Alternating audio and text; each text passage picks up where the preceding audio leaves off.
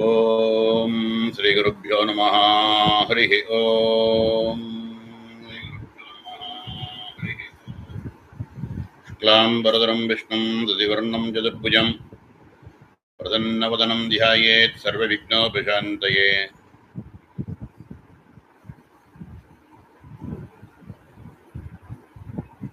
आत्माभिन्नदिवाकारं चिदानन्दघनं गुहं प्रकाशं विमलं शान्तं ब्रह्मण्यं समुपास्महे। शान्तविमलप्रकाश आत्मगुगचिदानन्दपण्डिता प्रकाशानन्दमिथुनादा कुलश्रेणी सदा जयति। गुरुचरणारविन्दाभ्यां नमः। वन्दे गजेन्द्रवदनं वामाङ्गारूढवल्लभाश्लिष्ठम् कुङ्कुमपरागशोनं कुवलयिनिजारकोरकापीठं ज्ञानानन्दमयं देवं निर्मलस्फटिकाकृतिम् आधारं सर्वविद्यानां हयग्रीवमुपास्महे। अस्तु वश्रेयसे नित्यं वस्तु वामाङ्गसुन्दरं यतस्तृतीयं विदुषां तुरीयं त्रैपुरं महा नत्वा श्रीगुहानन्दनाथपङ्केरुहद्वयं वरिवस्यारगस्यस्य दीपिका क्रियते अधुना। विद्यानां च मनोनां मनुसंख्यानां च विद्यानाम् उपदेष्टाजयितिदारं नरसिंहानन्दनाथ गुरुः वरिवस्यारगस्याख्य ग्रन्थो यः सेन निर्मितः तत्र दुर्घटनशब्दानाम् अर्थः संक्षिप्तकथ्यते।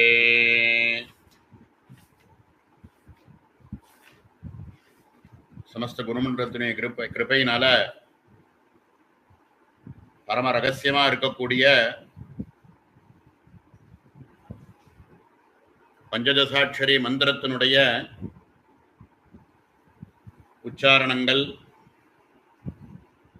அதில் இருக்கக்கூடிய வேறு இருக்கக்கூடிய ரகசியங்கள் எல்லாத்தையும் சொல்லிட்டு வரக்கூடிய பிரகரணமா இருக்கக்கூடிய வரிவசியா ரகசியத்துல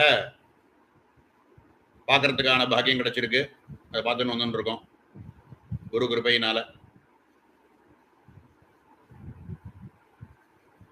இது ஏதோ 15 அக்ஷரத்துல இருக்கக்கூடிய வித்யை இல்ல. ஸ்ரீ வித்யா அப்படின்னு சொல்லுவோம், மதுமதி வித்யா அப்படின்னு சொல்லுவோம். எல்லாத்துக்கும் மேல பரம உத்கிருஷ்டமா பிரம்ம வித்யா அப்படின்னு சொல்ற வழக்கம்.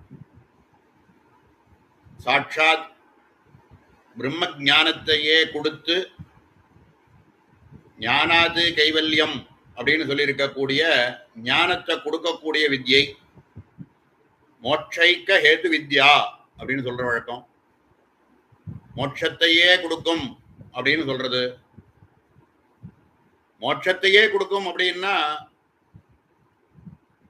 மற்ற சின்ன சின்ன விஷயங்கள்லாம் கிடைக்காதான்னு கேட்டாங்க, அதுவே கிடைக்கும் அப்படின்னா எல்லாமே கிடைக்கும் அப்படின்னு தான் அர்த்தம். மோட்சத்தையே கொடுக்கக்கூடிய வல்லமை உள்ளது ஒரு ஞானமானது எதை தான் கொடுக்காது. அதனால கைவல்லத்தை கொடுக்கறது அப்படின்னாக்க சர்வான் காமான் அவாப்னோதி அந்தே சாயுஜ்யம் ஆப்னியாத் அப்படின்னு தான் வாக்கியம். சர்வான் காமான் அவாப்னோதி. இதனால நமக்கு என்ன காமனைகள் ஒருத்தனுக்கு இருந்தாலும் உபாசகனுக்கு இருந்தாலும் சர்வ காமனைகளையும் பூர்த்தி பண்ணி அதுக்கு மேல சாட்சாத் ஞானத்தையே கொடுத்து கைவல்லத்தையும் கொடுக்கக்கூடிய ஒரு வித்யை அப்படிங்கும்போது இதுக்கு மேல ஒரு வித்யைன்னு ஒண்ணு சொல்ல முடியாது. அப்படிப்பட்ட வித்யினுடைய மகத்துவத்தை பத்தி சொல்லிட்டு இருக்கக்கூடிய ஒரு கிரந்தமானது வரிவசியா ரகசியம். அதுல சொல்லியிருக்கக்கூடிய ரகசியங்கள்லாம் பார்த்துட்டு வந்தோம். இதனுடைய வர்ணங்கள், ஸ்திதி அதெல்லாம் பத்தி பார்த்தோம், ஸ்தானங்கள் பத்தி பார்த்தோம், அதனுடைய ரூபங்கள் பத்தி பார்த்தோம், ஆகாரத்தை பத்தி பார்த்தோம். ஸ்திதி அப்படின்னா எது, என்ன ஸ்திதி? இப்ப இதெல்லாம் பார்த்தோன்னு சொல்றோமே, ஸ்திதியை பார்த்தோன்னு சொல்றோமே, ஸ்தானத்தை பார்த்தோன்னு சொல்றோமே, அதனுடைய ரூபம் என்ன அப்படிங்கிறத பார்த்தோம்னு சொல்றோமே, அதனுடைய ஆகாரம் என்னங்கிறத பார்த்தோம்னு சொல்றோமே, நமக்கு அதனால ரீகலெக்ட் பண்ணிக்க முடியறதா? ஏன்னா இதெல்லாம் பார்த்தாச்சு. இப்ப அடுத்த பிரகரணத்துக்கு போக போறோம். இதெல்லாம் பார்த்து என்ன 20-21 ஸ்லோகங்கள் படிக்கும் பொழுது அவதாரிகையிலேயே என்ன சொல்லியிருக்காரு அப்படின்னா, இந்த பஞ்சதசிய மந்திரத்தினுடைய வர்ண, ஸ்திதி, ஸ்தான, ரூபக வர்ணனம் அப்படின்னு கொடுத்திருக்கார். இதெல்லாம் சொல்லியாச்சு. நமக்கு அது புரிஞ்சுதா? நம்ம தியானம் பண்ணும்போது, மந்திர ஜபம் பண்ணும் பொழுது அதனுடைய வர்ணங்கள் என்ன, அதனுடைய ஸ்திதி என்ன, எந்த இடத்துல அது எந்த ஸ்தானத்துல இருக்கு, அதனுடைய ரூபம் என்ன, அதனுடைய ஆகாரம் என்ன அப்படிங்கிறத நம்ம பார்த்துட்டோம்னு சொல்லியாச்சு. அது பார்த்துட்டோம்னு சொல்றோமே, நமக்கு அதெல்லாம் புரிஞ்சு விடுதா அப்படிங்கிறத நம்ம கேட்டுக்கணும். புரியலன்னா திருப்பி படிக்கணும், அவ்வளவுதான். எதுக்கு சொல்ல வரோம் அப்படின்னா, ஒரு வாட்டி படிச்சு புரிஞ்சு கரை தேர்ந்துட்டேன்னு சொல்ல முடியாத விஷயங்கள் பிரம்ம வித்யை. ஒரு வாட்டி கேட்டோம் அப்படின்னா ஏதோ கேட்ட மாதிரி இருக்கும், காதில் விழுந்து, இந்த காதில் விழுந்தது அப்படின்றதுதான் அதுல ஸ்ருதி தான், அவ்வளவுதான். தவிர அந்த ஸ்ருதியினுடைய ஒரு விஷயத்தினால நம்ம பண்ண வேண்டியது என்ன அப்படின்னா, திருப்பி திருப்பி சிரவணம் பண்ணின விஷயங்களை திருப்பி திருப்பி அசப்போட்டு மனனம் பண்ணி, மனனம்ங்கிறதே வேற ஒன்றும் இல்லை, அசைப்படுறது தான் மனனம். மனனம் அதை மனனம் பண்றது அப்படின்னா திருப்பி திருப்பி சொல்லி கொடுத்த விஷயங்களை அசை போட்டு, மாடு சாப்பிட்டு முடிச்சதுக்கு அப்புறம் உட்காந்து ஒரு வாரமா உட்காந்துட்டு திருப்பி வெளியில கொண்டு வந்து அது எல்லாத்தையும் கடிச்சு மென்னுமே அசை போடுறதுன்னு, அத மாதிரி காது வழியா கேட்ட இந்த விஷயங்கள் அத்தனையையும் ஏகாந்தமா உட்காந்து அதை ரீகலெக்ட் பண்ணி, அதுல சொல்லியிருக்கக்கூடிய ஸ்தானங்கள் என்ன, அதுல சொல்லியிருக்கக்கூடிய கதாகதிகள் என்ன, அது எந்த ஆதாரத்துல இருக்கு, ஸ்தானங்கள் என்ன, அதனுடைய ரூபாத்மகம் எப்படி, மூலாதாரத்திலேருந்து ஆரம்பிச்சு அநாகத பரியந்தம் முதல் கூட்டமானது அப்படியே பிரளய அக்னி ரூபமாக இருக்கு, அக்னி ஜுவாலையாட்டம் இருக்கு. இரண்டாவது கூட்டமானது அநாகதத்திலேருந்து ஆரம்பிச்சு ஆக்ஞா சக்கரம் வரைக்கும் இருக்கக்கூடிய ஸ்தானங்கள்ல கோட்டி சூரிய பிரபமாக இருக்கு. லலாட் இங்க ஆக்ஞா சக்கரத்திலேருந்து ஆரம்பிச்சு லலாட்ட பரியந்தம் மூணாவது ஸ்தானத்துல மூணாவது கூட்டமானது கோட்டி சந்திரனுடைய பிரகாசத்துல இருக்கு. இதெல்லாம் அதனுடைய ரூபம். இப்படி அது எந்த ரூபத்துல இருக்கு அப்படிங்கிறத பார்த்தோம். உச்சாரண காலங்கள், உச்சாரணமானது பண்ணும் பொழுது அதனுடைய ஆந்தரமா உள்ள இருக்கக்கூடிய எப்படி இருக்குது, பாக்கியமா அந்த வார்த்தை அக்ஷரத்தை நம்ம வைக்கிறையா வெளியில சொல்றோம் அப்படின்னாக்க, சொல்லும் பொழுது அந்த பரான்னு சொல்லக்கூடிய ஒரு பராஸ்வரூபமா இருக்கக்கூடிய லலிதையானது இதே மந்திரம் தான். இந்த மந்திர ரூபமா இருக்கக்கூடிய லலிதையானது அது எப்படி பஷ்யந்தியா மாறி அதுல ஸ்பஷ்டமாகவும் அஸ்பஷ்டமாகவும், அதுல எப்படி அநாகதத்துக்கு அதுக்கு பேர் மத்தியமாவாக ஆக்கி, இந்த மத்தியமான்னு சொன்னது அது எப்படி அக்ஷர ரூபமாக மாறி அது வாக்கு வழியாக வெளியில வரும்போது மூல மந்திரமாக அக்ஷர ரூபமாக வெளியில வருது. அப்போ இந்த மந்திரத்துக்கு தான் இல்ல, எந்த ஒரு விஷயமுமே நம்ம வாயை திறந்து ஒரு வெளியில சப்தமாக வெளியில வருது அப்படின்னா, இந்த விஷயம் பரான்னு சொல்லக்கூடிய ஆத்மவஸ்துவா இருக்கக்கூடியது, குண்டலினி ரூபத்தில் இருக்கக்கூடியது, ஒரு சின்ன ஸ்பந்தமானது ஏற்பட்டு, ஒரு இச்சையானது ஏற்பட்டு, ஈட்சணம் ஏற்பட்டு, அந்த ஈட்சணமானது தோணும் பொழுது மத்தியமாவாக ஆகி மணிபூரகத்துக்கு அந்த மத்தியமாவார் பஷ்யந்தியாகி, பஷ்யந்தியானது மத்தியமாவாக சூக்ஷ்மமாகவும் ஸ்தூலமாகவும் மாறி அக்ஷரமயமாக மாறி அது வாய் வழியாக வெளியில வருது அப்படின்னா, நீங்க யாரையாவது ஒருத்தர திட்டினாலும் சரி, நல்ல வார்த்தை சொன்னாலும் சரி, எதை பேசினாலும் சரி, வாக்கு வழியாக ஒரு சப்தமானது வெளியில வந்தால் அது இத்தனை பரிணாமங்களும் ஆகித்தான் அது வெளியில வருது. அப்போ இதெல்லாம் எத்தனங்கள்னு பார்த்தோம். ஆந்தர எத்தனங்கள் என்னென்ன, பாக்கிய எத்தனங்கள் என்னென்ன, ஒரு அக்ஷரத்தை உச்சாரணம் பண்ணும் பொழுது எந்த எந்த எந்தெந்த ஸ்தானங்கள்ல அது பட்டு வெளியில வருது, அந்த சவுண்டானது இங்கேருந்து வந்து வெளியில வரும் பொழுது வாக்குல எந்தெந்த ஸ்தானங்கள்ல அது இடிச்சு அந்த சப்தமானது வெளியில வருது, இப்படிங்கிற விஷயங்கள்லாம் தெரிஞ்சுக்கிறதுனுடைய பர்பஸ் என்ன அப்படின்னா, ரொம்ப தீர்க்கமா இந்த விஷயங்கள் தெரிஞ்சின்றவாலாம் என்ன பண்ணுவான்னு பார்த்தீங்கன்னா, மகாபெரிவா மாதிரி, ரமண மகரிஷி மாதிரி, சேஷாத்திரி சமைகள் மாதிரி, நம்ம சார் மாதிரி இருக்கக்கூடிய, நம்ம குருநாதா மாதிரி இருக்கக்கூடியவா எல்லாருமே ஜாஸ்தி பேச மாட்டா, பேசவே மாட்டா ஜாஸ்தி. ரொம்ப அவசியமா இருந்தா தான் ஒரு வார்த்தையே பேசுவாளே தவிர, அவசியம் நம்ம இதை பேசினாத்தான் இது இந்த விஷயமானது நம்ம சொல்ல முடியும் அப்படின்னா தான் அந்த பராங்கிறது வந்து விகாரமாகி சப்த ரூபமாக வாய் வழியா வெளியில வரும். அனாவசியமா பேசவே மாட்டா மகான்கள்லாம். ஏன் அப்படின்னா இத்தனை எத்தனங்கள் ஆறுது இதுல. அது அப்படியே இந்த பரான்னு சொல்லக்கூடிய சொரூபமானது பராவாகவே இருந்துருக்கிறதுக்கு அதை மாத்தி பஷ்யந்தியாகி மத்தியமாவாகி வைகரியாக வெளியில வரத்துக்கு எத்தனை எத்தனங்கள் தேவைப்படுறது. நம்ம வாய் திறந்து ஏதோ பேசிவிடுறோம். இத்தனை எத்தனங்களும் ஆகாமல் அந்த வார்த்தையானது வெளியில வராது. அப்படிங்கும் பொழுது இந்த இதுல இருந்து ஏற்படக்கூடிய அந்த எனர்ஜி, இதுல இருந்து ஏற்படக்கூடிய அந்த விஷயங்களை அனாவசியமாக அவ உச்சாரணம் பண்ண மாட்டா, அனாவசியமாக அந்த அதை உபயோகமே படுத்த மாட்டா. அந்த உச்சாரணங்கள் அக்ஷரங்கள்லாம் ஒரு ஒரு அக்ஷரமும் ஒரு ஒரு தேவதைன்னு பாக்குறோம். நீங்க சாதாரண விஷயங்கள் பேசினாலும் சரி, மந்திரத்தை சொன்னாலும் சரி, அந்த அக்ஷரத்துல இருக்கக்கூடிய அகாரம் அப்படின்னா இந்த தேவதை அப்படின்னா ஆன்னு சொன்னா அந்த தேவதையானையில குறிக்கிறது. நம்ம அதை நினைச்சுட்டு பேசினோமோ, அதை நினைச்சுக்காம பேசினோமோ அதை பத்தி கவலை இல்லை. ஆனா அந்த வார்த்தையானது எப்ப உச்சாரணமானது ஏற்பட்டதோ அது அந்த தேவதாம்சமாகத்தான் அது வெளியில வருது. தேவதாம்சமா அது வெளியில வர்றதுனால தான் எழுத்தாப்புல இருக்கிறவனுக்கு நம்மளை திட்டான், நம்மளை பிரைஸ் பண்ணிட்டான், இவர் சொன்ன விஷயம் எனக்கு புரிஞ்சது, எல்லாமே ஏன் அப்படி வருது அப்படின்னா இந்த கம்யூனிகேஷன் ஆனது பராபசந்தி மத்தியமா வைக்கரியானது வந்து திருப்பி இது வைக்கரியானது மத்தியமாவாகி அதுக்கப்புறம் திருப்பி அது பசந்தியாகி பராவா போய் அவனுக்கு புரிஞ்சதுக்கு அப்புறம் தான் அவனுக்கு இந்த கம்யூனிகேஷன் ஆனது அவனுக்கு புரியறது. ஆக பராவும் தான் பாக்கி மிஞ்சறதே தவிர இதுக்கு இடையில இருக்கக்கூடிய மூணு விஷயங்களும் பஷ்யந்தி மத்தியமா வைக்கரிங்கிறதுலாம் தாத்காலிகம். அவைகள் எப்பவுமே இருக்கக்கூடிய விஷயங்கள்ல அழியக்கூடியவை, அவைகள்லாம் மாறக்கூடியவை. அதனால மகான்களா இருக்கக்கூடியவா அனாவசியமா பேச மாட்டான். சாதாரணமா ஏதாவது உட்காந்து ஜெபம் பண்ணிட்டே இருப்பா, ஏதாவது சொல்லிட்டு இருப்பாளே தவிர அதே ஞான ஸ்வரூபத்தில் அப்படியே லயிச்சு போய் அப்படியே இருந்துட்டே இருப்பாளே தவிர அனாவசியமா பேச மாட்டான். ஏன் பேச மாட்டா அப்படின்னு பார்த்தா அதனுடைய விஷயங்கள் இத்தனை எத்தனங்கள் ஆகிறது அது வெளியில வரத்துக்கு அப்படிங்கிற விஷயங்களை சங்கேதமா இந்த இடத்துல சொல்லி இதுக்கு முன்னாடி உள்ள ஸ்லோகங்கள்ல 21வது ஸ்லோகம் வரைக்கும் சொல்லி 21வது ஸ்லோகத்தினுடைய 21.5 ஸ்லோகம் வரைக்கும் பார்த்துட்டோம். இப்ப 21னுடைய 2வது பாதத்திலேன்னு ஆரம்பிச்சு மேல உள்ள கிரந்தத்தினுடைய விஷயங்களை பார்க்கணும்.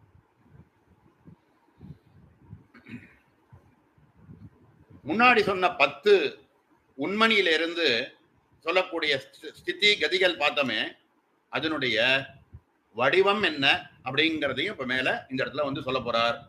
இதுல மத்தியே பாலம் பிந்துர் தீபக இவாபாதி வர்த்துலாகாரஹ, அந்த 3வது கூட்டத்தினுடைய ஈம்காரத்தில் இருக்க ஹ்ரீம்காரத்தில் இருக்க ஹிருலேகையில் இருக்கக்கூடிய அனுஸ்வாரமானது இம்முன்னு ஒரு நாதமா இருக்குன்னு பார்த்தோமே.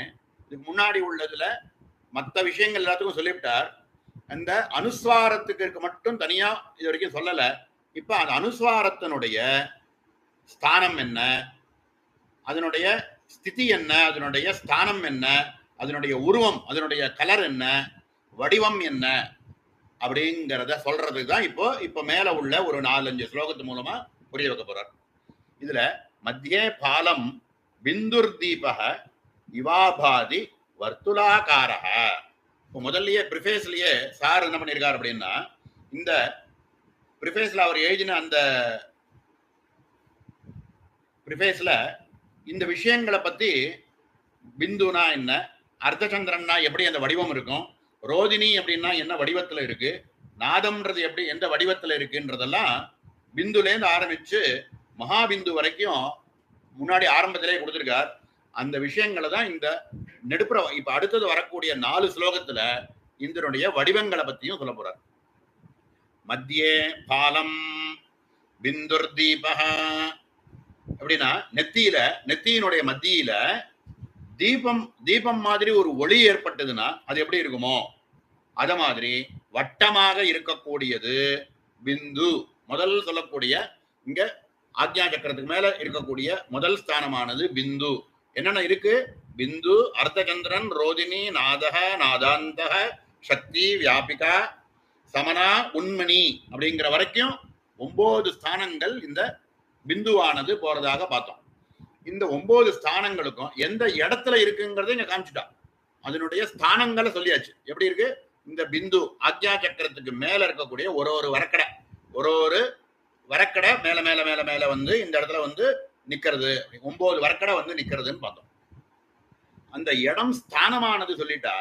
இப்ப அதனுடைய வர்ணங்கள் என்ன, அதனுடைய ஆகாரம் வடிவம் என்ன, அது என்ன வடிவத்துல இருக்கு.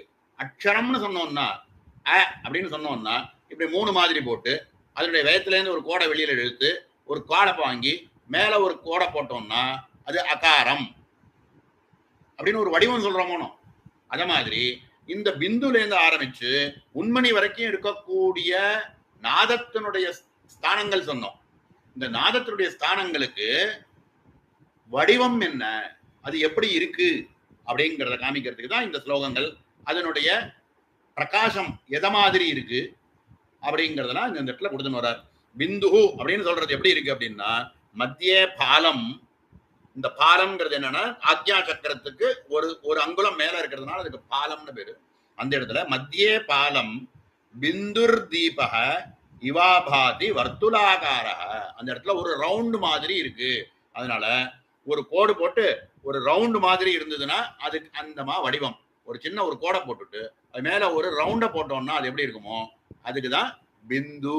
பிந்துன்னு சொன்னோம்னா ஒரு அக்ஷரம் மாதிரி நம்ம எழுதி காமிக்கணும்னா அது எப்படி எழுதி காமிக்கணும் அப்படின்னா ஒரு சின்ன கோடை போட்டு மேல ஒரு வட்டத்தை போட்டோம்னா அது பிந்து அப்படின்னு இந்த இடத்துல ஸ்லோகத்துல சொல்றார். மத்தியே பாலம் பிந்துர் தீபக இவாபாதி வர்த்துலாகாரஹ. அடுத்தது இரண்டாவதா இருக்கக்கூடிய அர்த்த சந்திரன். தது உபரி, இந்த பிந்துவுக்கு மேலே தது உபரி கதோ அர்த்த சந்திரோ அன்வர்த்தஹ காந்தியா ததா ஆக்ருத்யா. அர்த்தச்சந்திரன் சொல்லக்கூடியது எப்படி இருக்குன்னா பிந்துவுக்கு மேல ஒளியோட வடிவத்துல அர்த்த சந்திரனை போல. அர்த்த சந்திரன் நெத்தி கட்டுக்கிறான்னா அதுல வடமாவெல்லாம் பார்க்கும் போது சில பேர்லாம் எட்டுக்கும் போது எப்படி எட்டுப்பான்னா சந்திரன் வந்து இந்த ஒரு கீத்து மாதிரி ஒரு சந்திரன் மாதிரி எட்டுப்பா இல்லையா, அந்த மாதிரி எட்டுக்கிறதுக்கு அர்த்த சந்திரன் பேரு. அந்த அர்த்த சந்திரன்னா பாதி நிலான்னு அர்த்தம் இல்லை. இப்படி யூ மாதிரி இப்படி இருந்ததுன்னா எப்படி அதுக்கு அர்த்த சந்திரன். அது யூ வந்து 2 வாட்டி வந்தா எப்படி இருக்கும், ஒரு யூ போட்டு அதோட சின்ன யூ வந்து அதோட கனெக்ட் ஆச்சுன்னா எப்படி இருக்குமோ அது மாதிரி அர்த்தச்சந்திரன். அந்த இடத்துல அர்த்தச்சந்திரன்கிறதுக்கான வடிவம் எப்படி இருக்கு அப்படின்னா தது உபரி. எதுக்கு உபரி, பிந்துவுக்கு மேல். பிந்துன்னு சமயம் எது ஒரு கோடு போட்டு ஒரு சூன்ய மாதிரி ரவுண்டு போட்டோம்னா அது எப்படி இருக்குமோ அது பிந்துன்னு பார்த்தோம். அதுக்கு மேல தது உபரி கதோ அர்த்த சந்திரோ அன்வர்த்தஹ காந்தியா ததா கிருத்யா தது ஆக்ருத்யா. இந்த பிந்துவுக்கு மேல ஒரு ஒளி வடிவத்துல இருக்கக்கூடிய அர்த்த சந்திரனை போல் இருக்கக்கூடியது அதுக்கு பேரு அர்த்த சந்திரன். அது அர்த்த சந்திரன் மாதிரி இருக்கிறதுனாலயே அதுக்கு பேரு அர்த்த சந்திரன் சொல்லிவிட்டார். அடுத்த லைன்ல என்ன போட்டிருக்காரு, அதாவது 23வது ஸ்லோகத்தினுடைய 2வது பாதம். அத ரோதினி ததூர்த்வம், அதுக்கும் மேல். எதுக்கு மேல, அர்த்தச்சந்திரனுக்கு மேல. ததஹ ரோதினி ததூர்த்வம் திரிகோண ரூபாச்ச சந்திரிகா காந்திஹி. இந்த ரோதினி அப்படின்னு சொல்லக்கூடிய 3வது ஸ்தானமானது, நாதத்தினுடைய 3வது ஸ்தானமானது அது எப்படி இருக்கு அப்படின்னா அர்த்த சந்திரனுக்கு மேல நிலவை போல், அதாவது சந்திரனுடைய காந்தி எப்படி குளிர்மையா இருக்குமோ அந்த மாதிரி குளிர்மையாக சந்திரிகா காந்தி, சந்திரனுடைய காந்தி எப்படி பிரகாசமா இருக்கும் குளிர்மையாக இருக்குமோ அந்த குளிர்மையா இருக்கக்கூடிய காந்தியோட உடையதாக முன் அதுக்கு மேல இருக்கக்கூடிய ஒரு திரிகோண வடிவத்துல கீழ் நோக்கின திரிகோண வடிவத்தில் இருக்கக்கூடியது மூணாவதான ஸ்தானமா இருக்கக்கூடிய ரோதினி. அதுதான் மூணாவது. அடுத்ததா அத ரோதினி ததோர்தம் திரிகோண ரூபாச்ச சந்திரிகா காந்தி. அதுக்கு மேல நாதம் அப்படிங்கிறது நாதஸ்து பத்மராகவத் பத்மராகவத் பத்மராகவத் அண்டத்வயம் அண்டத்வயம் ரெண்டு அண்டம் இருக்கிற மாதிரி அண்டத்வயம் அர்க்யர்த்தி மத்தியர்த்தி நீவர் சிதா சிரா. நாலாவதா சொல்லக்கூடிய இந்த நாதம்னு சொல்றது எப்படி இருக்குனாக்க பத்மராகம் மணி, பத்மராகத்துல இருந்து எப்படி ஒரு காந்தி வருமோ அந்த மாதிரி காந்தியோட பத்மராக மணி மாதிரி காந்தியோட ரெண்டு அண்டங்கள் இருக்கிறதாக ரெண்டு வட்டங்கள் இருக்கிற மாதிரியும். அண்டம்னாக்க ரொம்ப ரவுண்டா இருக்காது, அது கொஞ்சம் ஒரு எக் ஷேப்ல இருக்கணும். எக்குன்றது வந்து கொஞ்சம் ஓவல் ஷேப்ல தான் இருக்கும். அது மாதிரி கொஞ்சம் ஒரு ஓவல் ஷேப்ல இருக்கக்கூடிய அண்டாகாரம்னா கொஞ்சம் ஓவல் ஷேப்ல இருக்கும். அண்டம் மாதிரி ரெண்டு அண்டங்கள் இருக்கிற மாதிரியும் உள்ள நரம்பை போல் நரம்பு நெடுப்புற ஒண்ணு இருந்து ஒரு நரம்பு மாதிரி ஒண்ணு இருந்து அந்த நரம்புக்கு ரெண்டு பக்கத்துலயும் ரெண்டு ஓவல் ஷேப்ல ஒரு ரெண்டு ரவுண்ட் இருந்ததுன்னா எப்படி இருக்குமோ அத மாதிரி இருக்கிறதுக்கு நாதக. இது என்ன என்ன என்ன காந்தியோட இருக்கு அப்படின்னு பார்த்தோம்னா பத்மராகத்தினுடைய காந்தி வர்ணத்துல இந்த நாலாவதா இருக்கக்கூடிய நாதம் அப்படின்னு சொல்லக்கூடிய நாலாவது ஸ்தானமானது இங்க முதல்ல பிந்து அர்த்தச்சந்திரன் ரோஜினி பார்த்தோம். இப்ப நாலாவதா இருக்கக்கூடிய நாதம் அப்படிங்கிறது பத்மராக வர்ணத்துல காந்தியில ஒரு நரம்பு மாதிரி ஒண்ணு இருந்து அதுக்கு பக்கத்துல ரெண்டு அண்டங்கள் இருந்தா எப்படி இருக்குமோ அது மாதிரி இருக்கிறது அப்படிங்கிறது அடுத்த இதுல சொல்லிட்டோம். அதுக்கு மேல இருக்கக்கூடியது நாதாந்தக. நாதாந்தம் அப்படிங்கிறது என்னன்னா நாதாந்தக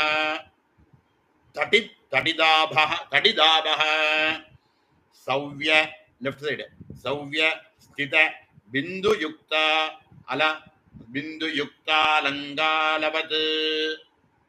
என்னன்னா அதுக்கு மேல இருக்கக்கூடிய நாதாந்தம் அப்படிங்கிறது மின்னலை போல் மின்னல் மாதிரி வெளிச்சம் வெளவெளேர்னு வெளிச்சமா ஒரு பிளாஷ் மாதிரி இருக்கக்கூடியது, மின்னலை போல ஒளி உடையது.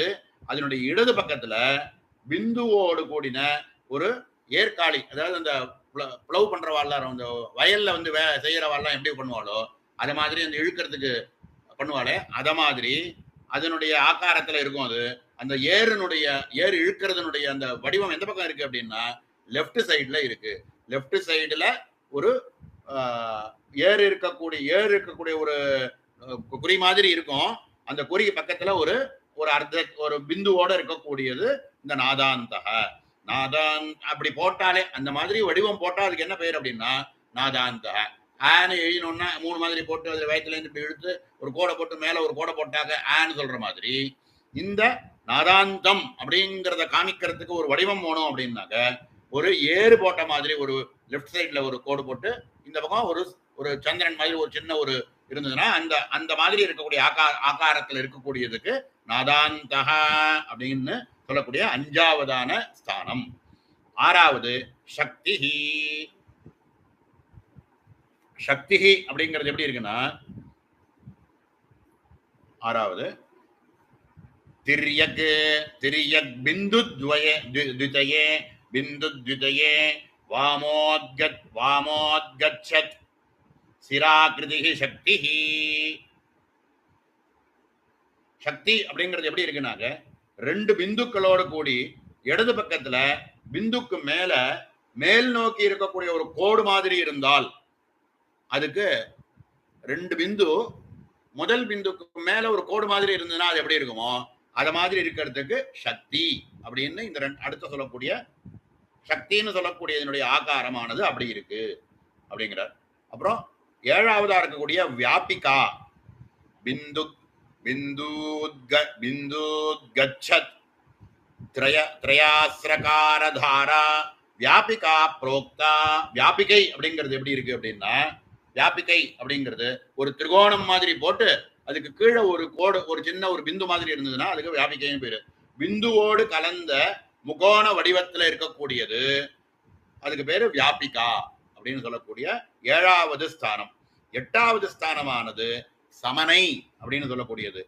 சமனை அப்படிங்கிறது எப்படி இருக்குன்னா, மேலும் ஒரு பிந்து கீழையும் ஒரு பிந்து ரெண்டுத்தையும் சேர்த்தாக்க ஒரு கோடு இருந்ததுன்னா அப்படியோ அதுக்கு பேரு சமனைன்னு பேரு. அந்த சமனை அப்படிங்கிறது எப்படி இருக்கு அப்படின்னா, மேலும் ஒரு கோடு, மேலும் கீழும் பிந்துவோடு இருந்து அது நடுப்புற ஒரு கோடு இருந்ததுன்னா, கோடு வடிவத்துல அது முடிஞ்சது அப்படின்னாக்க அதுக்கு சமனைன்னு பேரு. ஊர்த்வாதோ ஊர்த்வ அதோ மேல கீழ ஊர்த்வாதோ பிந்துத்வய சம்யுக்த ரேகாகிருதி சமனா. சமனை அப்படிங்கிறது ஒரு கோடு போட்டு மேலையும் கீழையும் பிந்து இருந்ததுன்னா அதுக்கு சமனைன்னு சொல்லக்கூடிய 8வதான ஒரு நாதம். அதுக்கு மேல இருக்கக்கூடியது உண்மணி அப்படிங்கிறது எப்படி இருக்கு அப்படின்னா, உண்மணிங்கிறது முதல் சொன்ன மாதிரியே மேலேந்து ஒரு கோடு போட்டு கீழே மட்டும் ஒரு ரவுண்ட் இருந்தால் அது எப்படியோ அதுக்கு இந்த சக்தியில பக்கத்துல ஒரு பிந்து இல்லாம வெறும் ஒரு கோடு போட்டு கீழே ஒரு ரவுண்ட் இருந்ததுன்னா எப்படியோ அதுக்கு பேரு உண்மணி. மேல் பாகத்துல பிந்துவோடையும் கீழ் பாகத்தோடு பிந்துவோடையும் கூடிய கோட்டை ஒரு கோடு போன்ற இருக்கக்கூடிய வடிவம் உடையது உண்மணி. அது எப்படி சொல்றார், அதுக்கான ஸ்லோகம் என்ன சொல்றார் அப்படின்னா,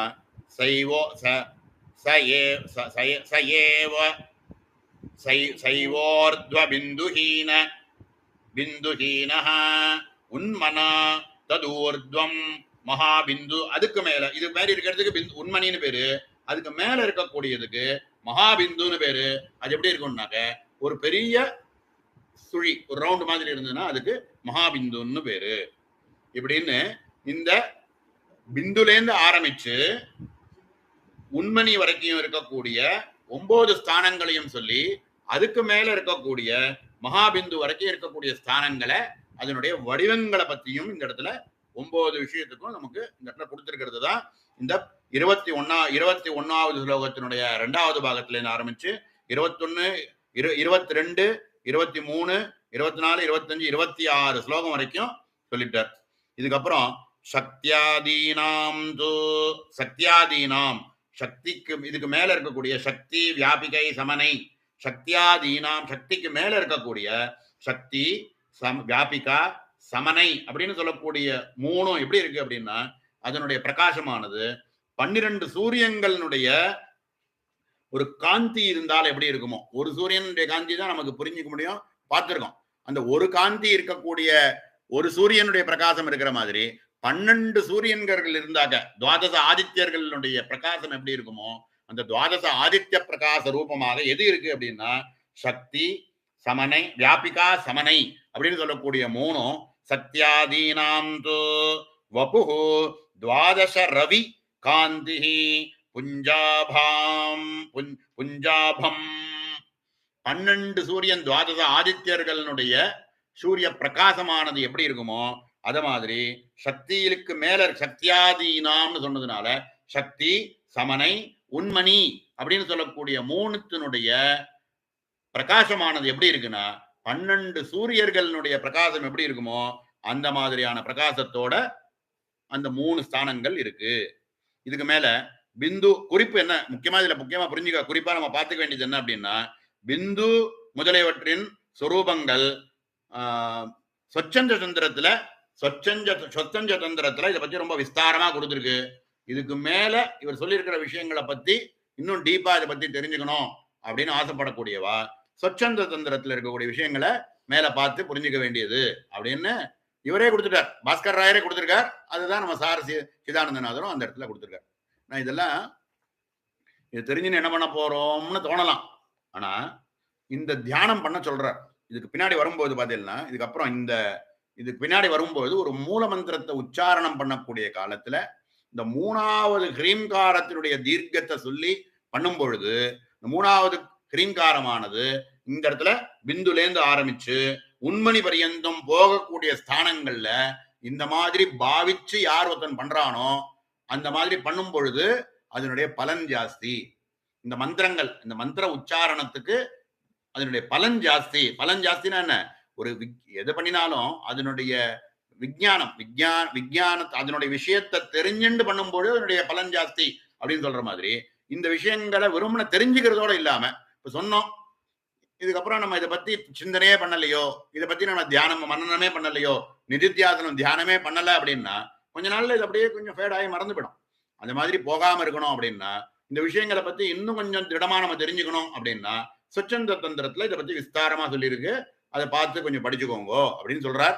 ஒரு வாட்டியாவது சொச்சந்த தந்திரத்தில் இருக்க இந்த விஷயங்களை படிச்சு பார்த்தா தான் நமக்கு உண்மையாவே அந்த பாவனை பண்ண முடியும். இல்லைன்னா இதனுடைய ஆக்காரங்கள் ஸ்தானங்கள் சொல்லியாச்சு, அதனுடைய ஆக்காரங்கள் சொல்லியாச்சு, இந்த இடத்துல இருந்து ஆரம்பிச்சு இது வரைக்கும் இருக்குங்கிறத புரிஞ்சுட்டாச்சு.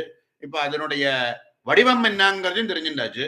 இது என்ன பண்ணும், இந்த மாதிரி சூரிய காந்தியோட பண்ண துவாதச ஆதித்யர்களுடைய காந்தியோட அந்த இடத்துல இருந்தா அது எதை சூச்சிக்கிறது. ஒண்ணு வந்து நடுப்புற ஒரு விஷயத்த சொல்லும் போது மின்னலை போல ஒரு இது காந்தி அப்படின்னு சொல்றார். நாதாந்தம்ங்கிறது மின்னலை போல ஒரு காந்தி அப்படிங்கிறார். அதுக்கு மேல இருக்கக்கூடிய நாதம்ங்கிறது வந்து பத்மராக காந்தி அப்படிங்கிறார். இந்த காந்திகள்லாம் ஒண்ணுன்னா இது எந்த விஷயத்த சூச்சிக்கிறதுன்னு சொல்றோம்.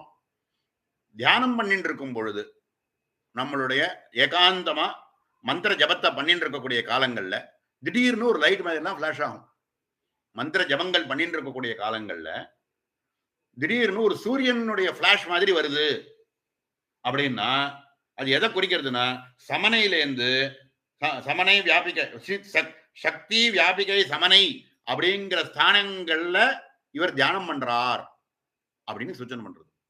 திடீர்னு ஒரு மின்னல் மாதிரி ஒரு வெளிச்சம் கண்ணமுடியும் தியானம் பண்ணிட்டு ஜபம் பண்ணிட்டே இருக்கும். அந்த மந்திரம் மூல மந்திரத்தை அப்படியே உச்சாரணம் பண்ணிட்டே மந்திர ஜபம் பண்ணிட்டே இருக்கும் பொழுது அந்த மந்திர ஜபம் பண்ணிட்டு இருக்கும் பொழுது சந்திரகாந்தி கிடைஞ்சது, பத்மராக வர்ணத்தினுடைய காந்தியானது நம்ம கிடைக்கிறது, அந்த மாதிரி ஒரு பிளாஷ் மாதிரி வருது அப்படின்னா அது எந்த ஸ்தானத்தை குறிக்கிறதுங்கிறத நம்ம புரிஞ்சுக்கிறதுக்கு ரொம்ப ஹேதுவாக இருக்கு அப்படின்றதுலாம் இது. இதுக்கு மேல இது வந்து இந்த ஆதாரங்கள்ல தியானம் பண்ணி பண்ணக்கூடிய வாழ்க்கெல்லாம் ரொம்ப பிரயோஜனமா இருக்கும். சும்மா ஏதோ மந்திர உச்சாரணம் பண்ணிட்டு இருக்கிறதுங்கிறது விவகாரம் வேற. இதுல மேல இந்த ஞானத்தை கொடுக்கறதுக்கு இத மாதிரி எல்லாம் பாவனை பண்ணினால் இதனுடைய பலனானது நமக்கு கண்ணமோடின் ஜபம் பண்ணிட்டு இருக்கும்போது நமக்கே புரியும். ஓ இந்த இடத்துல சூரியகாந்தி மாதிரி ஒரு ஜொலிக்கிறது அப்படின்னா இப்ப நம்ம பண்ணிட்டு இருக்கக்கூடிய ஜபத்தினுடையது சமனை வியாபிகா சமனா உண்மணி அப்படிங்கிற ஸ்தானங்கள்ல நம்மளுடைய மந்திரமானது சித்தியாயின் இருக்குன்னு நம்ம புரிஞ்சுக்க முடியும். அதுக்கு இதெல்லாம் தெரிஞ்சுக்கணும் அப்படின்னு இந்த இடத்துல கொடுத்துருக்க. சச்சந்திர தந்திரத்துல இதை பத்தி எல்லாம் விஸ்தாரமாக சொன்னதாக சொல்லியிருக்கார் சார் ஸ்ரீ சிதானந்தநாதர். குறிப்பா போட்டு முடிச்சிருக்கார். இதோட இந்த 26 ஸ்லோகம் வரைக்கும் இந்த நாதத்துல இருந்து ஆரம்பிச்சு மகாபிந்து வரைக்கும் இருக்கக்கூடிய ஸ்தானங்களை உண்மணி வரைக்கும் தான் நம்ம பார்த்துட்டு வரோம். மகாபிந்து இதுல வரல. ஆனா உண்மணிலேருந்து மகாபிந்துவானது உண்மணிக்கு மேல மகாபிந்து இருக்கு அப்படிங்கறத சூச்சனை பண்ணியிருக்கார். மகாபிந்துவை பத்தி இது வரைக்கும் எங்கேயுமே பஞ்சதசி மந்திர விஷயங்கள்ல எங்கேயும் சொல்லல. இதுக்கு மேல போகும்போது மகாபிந்துவை தொடுவா. ஆனா இது வரைக்கும் உண்மணி வரைக்கும் இருக்கக்கூடிய ஸ்தானங்கள்ல எந்தெந்த இடத்துல இருக்கு, அதனுடைய வர்ணங்கள் என்ன, அதுக்கு பேர் என்ன, அதனுடைய வடிவம் என்ன அப்படிங்கிறத 26 ஸ்லோகம் வரைக்கும் சொல்லிட்டார். 26வது ஸ்லோகத்தினுடைய 2வது பாகத்துல என்ன சொல்றார், வர்ண உச்சாரண பிரகாரக. இந்த வர்ணங்கள் எத்தனை வர்ணங்கள் இருக்குன்னா 58 வர்ணங்கள்னு நம்ம பார்த்தோம். பஞ்சதசி மந்திரத்தினுடைய வர்ணங்கள்ல 58 வர்ணங்கள் இருக்கிறதாக பார்த்தோம்.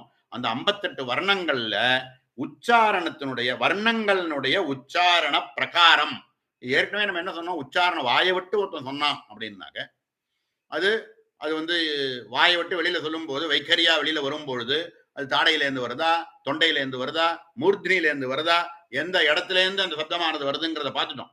ஆனா இந்த இடத்துல என்ன சொல்றார், இத்யேவம் வர்ணானாம் ஸ்தானம் ஞாத்வா உச்சாரயேத் யத்னாத். ஒரு வாட்டி மூல மந்திரங்களை ஜபம் பண்ணும் பொழுது இத்யேவம் வர்ணானாம், இதுல இருக்கக்கூடிய வர்ணங்கள் அத்தனையையும் ஸ்தானம் ஞாத்வா, ஸ்தானங்களை அறிந்து கொண்டு. ஸ்தானங்கள்னா என்னென்ன ஸ்தானம்னு சொல்லிட்டோம். இங்கேருந்து ஆரம்பிச்சு இது வரைக்கும் இருக்கக்கூடிய ஸ்தானங்கள் பார்த்தோம். இத்யேவம் வர்ணானாம் ஸ்தானம் ஏன்னா தனியா பிரிச்சு முதல்ல இருக்கக்கூடிய அக்ஷரங்கள்ல ஹ்ரீங்காரத்துல இருக்கக்கூடிய ஹ்ரீ வரைக்கும் தான் சொல்லியிருக்காரு. பிந்துவை தனியா பிரிச்சு விட்டார். பிந்துவை தனியா பிரிச்சு பிந்துக்கோசரம் எந்தெந்த ஸ்தானங்கள் என்னென்ன வர்ணங்கள் அதனுடைய வடிவங்கள் என்னங்கிறது தனியா காமிச்சு ஒரு 4 ஸ்லோகத்துல அதை பத்தி சொல்லிவிட்டார். இப்ப என்ன சொல்றாரு, அதுக்கு மேல வர்ணத்தினுடைய உச்சாரணத்தை பத்தி இத்யேவம் வர்ணானாம் ஸ்தானம் ஞாத்வா உச்சாரையேது யத்னாது, அதனுடைய யத்தனங்கள் பாஹ்ய யத்தனங்கள் என்ன, ஆந்தர யத்தனங்கள் என்ன அப்படிங்கிறத அறிந்து கொண்டு, ஞாத்வா அதனுடைய ஸ்தானங்களை அறிந்து கொண்டு வர்ணங்களை ஜபம் பண்ணுங்கோ அப்படின்னு இந்த இடத்துல விதிவாக்கியம் மாதிரி கொடுக்கிறார். இத்தேவம் வர்ணானாம் ஸ்தானம் ஞாத்வா ஸ்தானங்களை அறிந்து கொண்டு உச்சாரையே யத்னாத் உச்சாரம் பண்ணும்போது எந்தெந்த எத்தனங்கள் வருது, பாக்கிய எத்தனங்கள் என்ன, ஆந்தர எத்தனங்கள் என்ன அப்படிங்கிறதெல்லாம் அறிந்து கொண்டு அவை அந்த ஞானத்தோட மந்திர ஜபத்தை பண்ணுங்கோ அப்படின்னு விதிவாக்கியம் மாதிரி இந்த இடத்துல கொடுத்திருக்கார். இந்த பாவனைகளோட பண்ணும் பொழுது இந்த மந்திரத்தினுடைய வீரியமானது பல மடங்கு இதனுடைய வீரியத்தமமாக இருக்கும் அப்படிங்கிறது தான். இத்யேவம் வர்ணானாம் ஸ்தானம் ஞாத்வா உச்சாரயேத் யத்னாத் இந்த மாதிரியான அதனுடைய சொல்லியிருக்கக்கூடிய வர்ணங்களினுடைய ஸ்தானங்கள் என்ன, அதனுடைய உச்சாரணங்களினுடைய எத்தனங்கள் என்ன அப்படிங்கிறத அறிந்து கொண்டு மந்திர ஜபங்களை உச்சாரணம் பண்ணுங்கோ. இல்ல மந்திரத்தை மனசுக்குள்ள கூட சொல்லலாம், மனசுக்குள்ள சொன்னாலும் அந்த எத்தனங்களை ஒரு தெரிஞ்சுண்டு பண்ணுங்கோ அப்படின்னு விதியா கொடுத்திருக்காரு அந்த இடத்துல. அதனுடைய பாவனைகள் எல்லாம் தெரிஞ்சுண்டு பாவனை பண்ணிண்டு மந்திர ஜபத்தை பண்ணுங்கோ. இதெல்லாம் ஜபம் பண்ணி இதெல்லாம் இந்த எத்தனங்கள்லாம் புரிஞ்சுட்டு நம்ம ஜபம் பண்ணும்போது என்ன ஆகும் அப்படின்னா, மனசானது வெளியில வேற எங்கேயும் போக முடியாது. சித்தமானது ஏகாகிரமாகவும், சித்தம் வேற எதையும் பத்தி நம்ம திங்க் பண்ணிட்டு வேற எதையோ எல்லாம் நினைச்சுட்டு இந்த மந்திரத்தை சொல்ல முடியாது. இந்த மாதிரி எல்லாம் பாவனை பண்ணிட்டு பண்ண முடியாது. வாய்ப்பாட்டுக்கு சொல்லிட்டு இருக்கு மந்திரத்தை, மனசானது வேற எங்கேயோ இருக்கு அப்படிங்கிறது பல காலங்களில் நம்ம பார்த்துட்டு வரோம். அந்த மாதிரி இல்லாமல் ஏகாகிர சித்தத்தோட அதனுடைய வர்ணத்தினுடைய ஸ்தானங்கள் என்ன, அதனுடைய உச்சாரணம் அதனுடைய எத்தனங்கள் என்ன அப்படிங்கிறதெல்லாம் ஒரு வாட்டியாவது தியானம் பண்ணிட்டு மந்திர ஜபத்தை பண்றது. இது பண்ணும்போது அதனுடைய பலனானது ரொம்ப வீரியவத்தாக இருக்கும் அப்படிங்கிறது தான் இந்த ஸ்லோகத்தினுடைய 26வது ஸ்லோகத்தினுடைய 2வது பாதத்தினால சொல்லி இது வர்ணத்தினுடைய உச்சாரணத்தினை பத்தி ஆரம்பிச்சிருக்கார். இதுக்கு மேல நாதஹ பிரதமாதி பிராதமிகஸ்து நாதஹ பிராதமிகஸ்து द्वितीय कूटेन साकम् उच्चार्यः द्वैती एकं नादं तार्तीयेनोच्चरेण पृथक् न சொல்ல வரார். ந பிருத்தக் தனியாக முதல் கூட்டத்தை தனியாகவும், இரண்டாவது கூட்டத்தை தனியாகவும், மூணாவது கூட்டத்தை தனியாகவும் உச்சாரணம் பண்ணவே படாது. ந பிருத்தக் மந்திர ஜபத்தை பண்ணும் பொழுது முதல் கூட்டத்தை சொல்லிட்டு ஒரு கேப்பை கொடுத்துட்டு ரெண்டாவது கூட்டத்தை சொல்லிட்டு கேப்பை கொடுத்துட்டு அப்படி பண்ணோம் அப்படின்னா அது பண்ணக்கூடாது, நிஷித்தம். அப்படின்னா என்ன பண்ணணும், எப்படி பண்ணணும் அப்படின்னா, நாதக முதல் கூட்டத்தினுடைய நாதமானது பிராத்தமிகஸ்து முதல் கூட்டத்தினுடைய நாதமாக இருக்கக்கூடிய, முதல் கூட்டத்தில் இருக்கக்கூடிய ஹ்ரீம்காரத்தில் இருக்கக்கூடிய பிந்து அனுஸ்வாரமானது இருக்கு, அத இரண்டாவது கூட்டத்தினுடைய முதல் அக்ஷரமாக இருக்கக்கூடிய ஹகாரத்தோட சேர்த்து சொல்லணும். இம்மு அந்த ஹ்ரீம்காரத்தில் இருக்கக்கூடிய அனுஸ்வாரமானது நாதமானது இருக்கு, அந்த நாதத்தை இரண்டாவது கூட்டத்தினுடைய முதல் அக்ஷரத்தோட சேர்த்து சொல்லணுமே தவிர அதை நிறுத்தி பிரிக்க கூடாது. முதல் கூட்டத்தினுடைய நாதமானது இரண்டாவது கூட்டத்தினுடைய முதல் அக்ஷரத்தோட சேர்ந்து வரணும், லிங்கா இருக்கணும், அதனோட சேர்ந்து தான் இருக்கணுமே தவிர இதுக்கு கேப் விடக்கூடாது. இரண்டாவது கூட்டத்துக்கும் द्वितीय कूटेन साकमुच्चार्यः द्वितीयीकं द्वैतीयीकं नादं तार्तीये மூணாவது கூட்டத்தினுடைய முதல் அக்ஷரத்தினுடைய சகாரத்தோட நாதமானது, இரண்டாவது கூட்டத்தினுடைய நாதமானது மூணாவது கூட்டத்தினுடைய சகாரத்தின் முதல் அக்ஷரமா இருக்கக்கூடிய சகாரத்தோட சேர்ந்து சொல்லணுமே தவிர அதை பிரிக்கப்படாது. ந பிருத்தக்கு அதை பிரிக்க கூடாது. பிரிக்கலாம்னு சொல்லக்கூடிய இடங்கள் சிலது இருக்கு. கால சந்தியாவந்தனம், சாக்த சந்தியாவந்தன விதிகள் பண்ணும்பொழுது முதல் கூட்டத்தை மட்டும் உச்சாரணம் பண்ணு, யதாசக்தி பிரதம கூட்டம் உச்சாரையே, முதல் கூட்டத்தை மட்டும் தனியா ஜபம் பண்ணு அப்படின்னு சொல்றார். ஞாசங்கள் பண்றோம், ஞாசங்கள் பண்ணும்போது முதல் கூட்டத்தை மட்டும் தனியா ஞாசங்கள் பண்ணும்போது இப்போ எட்டாவது ஞாசத்தை பண்ணும்போது, எட்டாவது ஆவரணத்தை ஞாசமா பண்ணக்கூடிய இடம் வருது. அங்க பண்ணும்போது என்ன பண்றோம்? முதல் கூட்டத்தை மட்டும்தான் சொல்றோம். ரெண்டாவது சிருஷ்டி ஸ்திதி சம்ஹார ஞாசங்கள்ல ஒரு அக்ஷரமா பிரிச்சு சொல்றோம். ஒரு அக்ஷரமா பிரிச்சே சொல்றோம் அந்த இடத்துல. அது மாதிரிலாம் ஒரு கூட்டத்தை தனித்தனியா பிரிச்சு சொல்றோம். மூலமந்திர ஞாசம்னு ஒண்ணு இருக்கு. மூலமந்திர ஞாசத்தை 15 அக்ஷரத்தையும் 15 இடத்துல தனித்தனியா சொல்றோம். அந்த மாதிரி எல்லாம் பண்ணும்போது ஞாச காலங்களிலும் சந்தியாவந்தன காலங்களிலும் இந்த மாதிரி ஒரு சில இடங்கள்ல அதை மட்டும் தனியா மந்திர ஜபம் பண்ணு அப்படின்னு சொன்னாக்க, அப்ப மட்டும் நீங்க என்ன பண்ணணும் அப்படின்னா அந்த நாதத்தை தீர்க்கமா சொல்லி அதோட நிறுத்தலாம். அத பிந்துலேருந்து ஆரம்பிச்சு உண்மணி வரைக்கும் அந்த நாதமானது போற மாதிரி பாவிச்சு ஒரு கூட்டத்தையும் தனித்தனியாக தியானம் பண்ணணும் அப்படின்னு எங்க சொல்லியிருக்கோ அந்த இடத்துல தான் அப்படி பண்ணலாமே தவிர, கேவல மூலமந்திர ஜபம் பண்ணும் பொழுதோ முழுஷாக ஒரு மூலமந்திரத்தை உச்சாரணம் பண்ணக்கூடிய காலங்கள் எங்கெங்கெல்லாம் இருக்கோ அங்கெல்லாம் முதல் கூட்டத்தினுடைய நாதமானது இரண்டாவது கூட்டத்தினுடைய முதல் அக்ஷரத்தோட சேர்த்து தான் சொல்லணும், விடக்கூடாது, கேப் நடுப்புற விடக்கூடாது. ந பிரித்தக்கு விதிவாக்கிய மாதிரி கொடுத்துட்டார். நிச்சயமாக கண்டிப்பாக பிரிக்க கூடாது அப்படின்னு ரொம்ப ஸ்ட்ராங்கா கொடுத்துருக்காரு. மூச்சு இழுக்கிறதுக்கோசரம் நம்ம வாயை விட்டு சொல்றதா இருந்தா கூட மூச்சு இழுக்கிறதுனாக்க அந்த இடத்துல சேர்த்துதான் சொல்லணும். அந்த இடத்துல மூச்சு இழுக்கக்கூடாது. அந்த நாதம் முடியறதுக்கு முன்னாடி முடியும் போது அக்ஷரத்தை சொல்லி அடுத்த அக்ஷரத்தை சொல்லிவிட்டு உன்னால மூச்சு இழுத்துக்கணும்.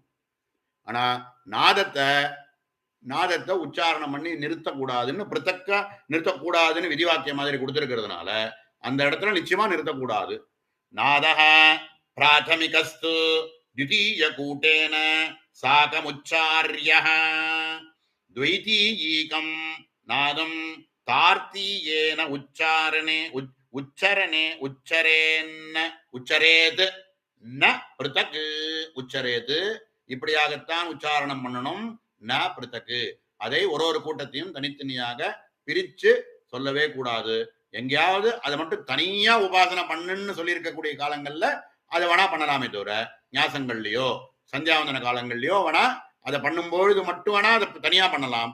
ஆனா மற்ற காலங்கள்ல சேர்த்து மந்திரத்தை உச்சாரணம் பண்றது தான் கரெக்ட். அப்படி இல்லாம பண்ணக்கூடாது அப்படிங்கிறத ஒரு விதிவாக்கியமா இந்த இடத்துல ரொம்ப அழகா ஸ்பஷ்டமா கொடுத்திருக்கார். இதை நம்ம அவசியம் ஃபாலோ பண்ண வேண்டிய ஒரு முக்கியமான ஒரு விஷயம். சாதாரணமா மந்திர குருநாதர் மூலமா மந்திர ஜபங்கள்லாம் எடுத்துட்டு மந்திர ஜபங்கள் பண்ணிட்டு வரோம். இந்த மாதிரியான கிரந்தங்களை பார்த்துட்டு பண்ணும் பொழுது எப்படி உச்சாரணம் பண்ணணும், எப்படி பண்ணக்கூடாது அப்படிங்கறத ஸ்பஷ்டமா கொடுத்திருக்க காலத்துல அது ஸ்பஷ்டமா புரிஞ்சுண்டு அதுக்கு தகுந்த மாதிரி பண்ணும்போது அதனுடைய பலனானது ரொம்ப ரொம்ப வீரியவத்தாக இருக்கும் அப்படிங்கிறதுனால அப்படி சொல்றான். அதனால இத்தனை நாள் இப்படி சொல்லியிருக்கோமே அப்படிலாம் ஏதாவது இருந்ததுனாக்க கவலைப்பட வேண்டாம். இனிமே தெரிஞ்சுட்டாச்சு, இனிமே இப்படி பண்ணணும் அப்படிங்கிறது. இதுதான் இந்த 28வது ஸ்லோகத்தினுடைய தாத்பரியமாக இந்த இடத்துல சொல்லியிருக்கார். 29வது ஸ்லோகத்துல என்ன சொல்றார்?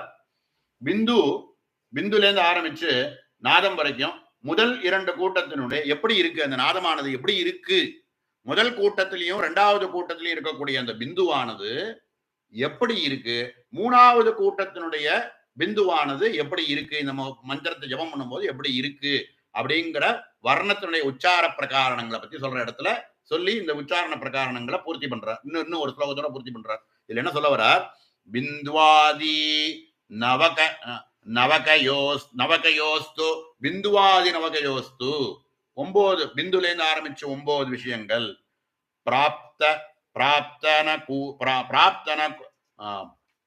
பிராக்தன கூட்டஸ்தயோः அனயோः சம்மேளனேன சபலம்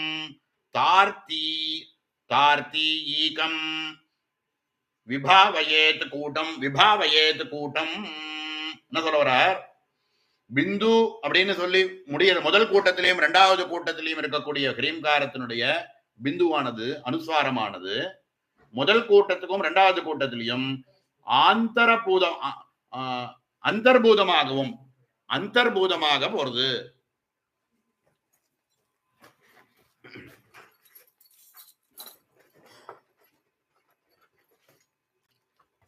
அந்தர்பூதமாக போறது. அந்தர்பூதம்னா என்னன்னா சரஸ் ஒரு மூணு மூணு நதி போறது, மேல ஒரு 2 நதி தான் தெரியும், அந்தர்வாகியா சரஸ்வதி போறதுங்கிறாலும். அந்த மாதிரி இந்த முதல் கூட்டத்திலையும் 2வது கூட்டத்திலையும் இருக்கக்கூடிய நாதமானது உள்ள அடுத்த அக்ஷரத்தோட சேர்ந்துடுறது. அது வெளியில தெரியாது, உள்ள அடங்கி போய் அந்த நாதமானது போகும். அந்த நாதமானது போகத்தான் போகும், பிந்துலேருந்து ஆரம்பிச்சு உண்மணி வரைக்கும் போகத்தான் போகும் அந்த பிந்து. ஆனா அந்தர்வாகியா அது போகுமே தவிர ஸ்பஷ்டமாக போகாது. ஸ்பஷ்டமா போகக்கூடியது எங்க அப்படின்னா 3வது கூட்டத்தினுடைய ஹ்ரீம்காரம் இருக்க, அது ஸ்பஷ்டமாகவே நாதத்திலேருந்து ஆரம்பிச்சு பிந்துலேருந்து ஆரம்பிச்சு சமணி வரைக்கும், சமணி உண்மணி உண்மணி வரைக்கும் இருக்கக்கூடிய ஸ்தானங்கள் வரைக்கும் ஸ்பஷ்டமாக போகக்கூடியது 3வது கூட்டத்தினுடையது. முதல் கூட்டத்தில் இருக்கக்கூடியதும் 2வது கூட்டத்தில் இருக்கக்கூடிய அனுஸ்வாரமானது அந்தர்வாகி மாதிரி ஆந்தரமாக அந்தர்பூதமாகத்தான் போகும். போகாதுன்னு சொல்லல, போகும். ஆனா நம்ம உச்சாரணம் பண்ணாட்டா கூட அடுத்த அக்ஷரத்தோட சேர்த்து நம்ம சொல்லிவிட்டோம் அப்படின்னா கூட அது அந்தர்வாகியா போற மாதிரி அது போகுமே தவிர போகாதுன்னு சொல்லல, அது இருக்கும். ஆனா நீங்க அடுத்த அக்ஷரத்தோட இந்த பிந்துவை சேர்த்து சொன்னதுனால இந்த முதல்ல எல்லாம் இந்த தனித்தனியா சொன்னாக்க இந்த நாதத்துல இருந்து ஆரம்பிச்சு இது வரைக்கும் பிந்துல இருந்து ஆரம்பிச்சு உண்மணி வரைக்கும் போகணுமே, இது எங்க போச்சு அப்படின்னு சந்தேகம் வருமானோ. அந்த சந்தேகத்தை போக்குறதுக்கோசரம் இந்த வர்ண உச்சாரண பிரகாரத்துல என்ன சொல்ல வர்றார், முதல் கூட்டத்திலையும் 2வது கூட்டத்திலும் இருக்கக்கூடிய அந்த அனுஸ்வாரமானது அந்தர்வாகியாக அடுத்த அக்ஷரத்தோட சேர்ந்து போயிடும். 3வது கூட்டத்துல ஸ்பஷ்டமாக போகும். இங்கேருந்து ஆரம்பிச்சு உண்மணி வரைக்கும் அது ஸ்பஷ்டமாக போகும். அதுதான் ஸ்பஷ்டமாகவும் போகும், ஒண்ணு வந்து ஆந்திரமா போகும் அப்படிங்கிறது தான் இந்த இடத்துல பிந்த்வாதி நவகயோ நவகயோஸ்து புரோக்தான் பிராப்தன கூட்டஸ்தயோஹோ அனயோஹோ தனியாக போகாது, அதோட சேர்ந்து போயிடும். சம்மேலனேன சபலம் தார்த்தீகம் விபாவயேத் கூட்டம். முதல் கூட்டத்திலையும் 2வது கூட்டத்திலையும் அந்தர்வாகியாக அடுத்த அக்ஷரத்தோட சேர்ந்து அது போகும். 3வது கூட்டத்தில் இருக்கக்கூடிய நாதமானது ஸ்பஷ்டமாக வெளியில அது இந்த இடத்துல ஆரம்பிச்சு இது வரைக்கும் ஸ்பஷ்டமாக போகும். அது பாவனையும் ஸ்பஷ்டமாக பண்ணணும் அப்படிங்கிறத இந்த ஸ்லோகத்துல விஸ்தாரமா சொல்லியிருக்கார். இதுக்கு அடுத்த ஸ்லோகத்துல 3வது கூட்டத்தினுடைய பிந்து சமனை வரை கிரமமாக அது போய் அது வந்து உண்மணி நிலையை லீனமடைந்ததாக பாவிக்கணும். இந்த 3வது கூட்டத்தில் இருக்கக்கூடிய கிரீம்காரமானத அனுஸ்வாரத்தை பிந்துவானத இங்க பிந்துலேருந்து ஆரம்பிச்சு இந்த இடத்துல உண்மணி வரைக்கும் இருக்கக்கூடிய 9 ஸ்தானங்களுக்கும் அது ஒரு இதுவா அது போற மாதிரி பாவிச்சு சமணியை போய் சேர்ந்துடுத்து அப்படிங்கிற மாதிரி பாவிங்கோ அப்படிங்கிறது ஸ்பஷ்டமா அது போற மாதிரி பாவிச்சு சொல்லுங்கோ அப்படிங்கறத இந்த இடத்துல இந்த ஸ்லோகத்துல என்ன சொல்றார், பிந்த்வாதி சமனாந்தம் கிரமேண பிந்த்வாதிக சமனாந்தம் கிரமேண தார்த்தீயம் உச்சாரணேன் உச்சாரயேது நாதம். அந்த நாதமானது 3வது நாதமானத பிருந்துலேருந்து ஆரம்பிச்சு உண்மணி வரைக்கும் போவதாக தியானிச்சு